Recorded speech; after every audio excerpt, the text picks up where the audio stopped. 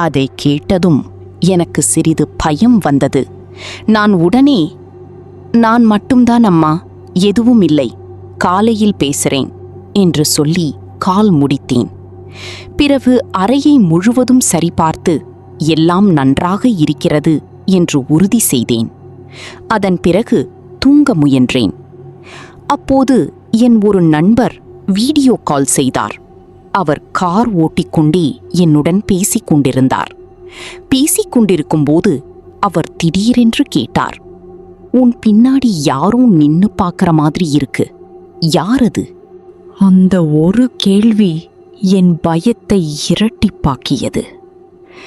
நான் என் பயத்தை அவரிடம் சொன்னபோது அவர் சிரித்துக்கொண்டு, "எதுவும் இல்லை, நீயே தேவையில்லாம பயப்படுற, அமைதியா தூங்கு" என்று சொல்லி கால் முடித்தார். நானும் மனதை தைரியப்படுத்திக் கொண்டு தூங்க முயன்றேன். ஆனால் அரை இரவில் யாரோ மெதுவாக அழும் சத்தம் என் காதில் கேட்க ஆரம்பித்தது. நான் மெதுவாக கண்களை திறந்து பார்த்தேன். என் படுக்கையருகே தலைமேட்டில் யாரோ உட்கார்ந்து கொண்டு என்னை பார்த்து அழுது கொண்டிருந்தார். அந்த காட்சி என்னை முழுவதுமாக பயத்தில் உறைய வைத்தது.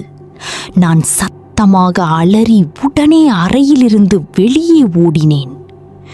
பிறகு அந்த ரிசார்ட் மேனேஜர் என்னை சமாதானப்படுத்தி மற்றொரு அறை கொடுத்தார்.